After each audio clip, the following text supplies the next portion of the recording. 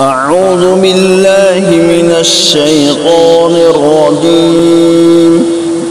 بسم الله الرحمن الرحيم. والنازعات غرقا والناشطات نشطا والسابحات سبحا فالسابقات سبقا فالمدبرات أمرا يوم ترجف الراجفة تتبعها الرادفة قلوب يومئذ واجفة أبصارها خاشعة يقولون أئنا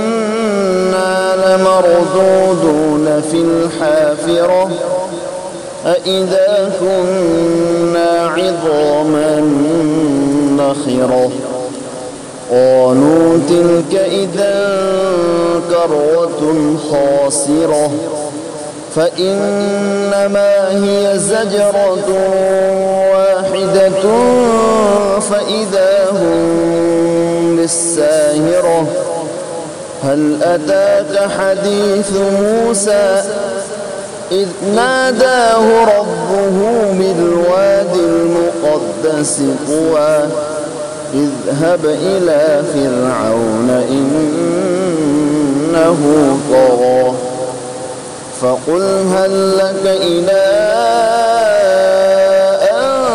تزكى وأهديك إلى ربك فتخشى فأراه الآية الكبرى فكذب وعصى ثم أدبر يسعى فحشر فنادى فقال أنا ربكم الأعلى فأخذه الله نكال الآخرة والأولى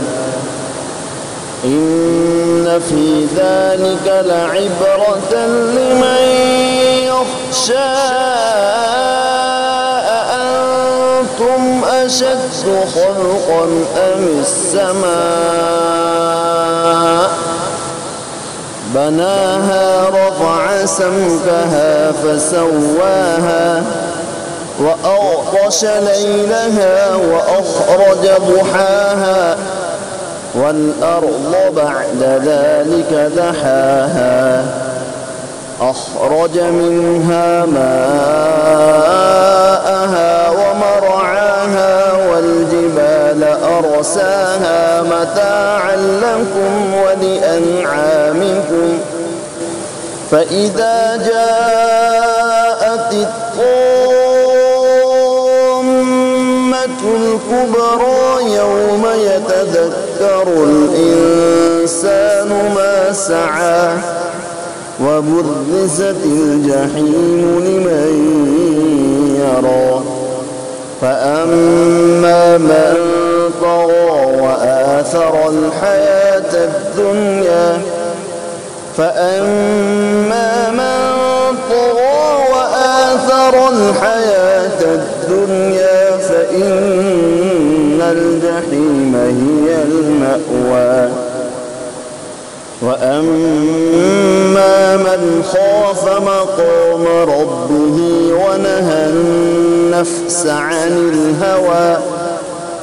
وأما من خاف مقام ربه ونهى النفس عن الهوى فإن الجنة هي المأوى يسألونك عن الساعة أيان مرساها فيم أنت من ذكراها إلى ربك منتهاها إنما أنت منذر من يخشاها كأنهم يوم يرونها لم يلبثوا إلا عشية أو ضحاها صدق الله العظيم.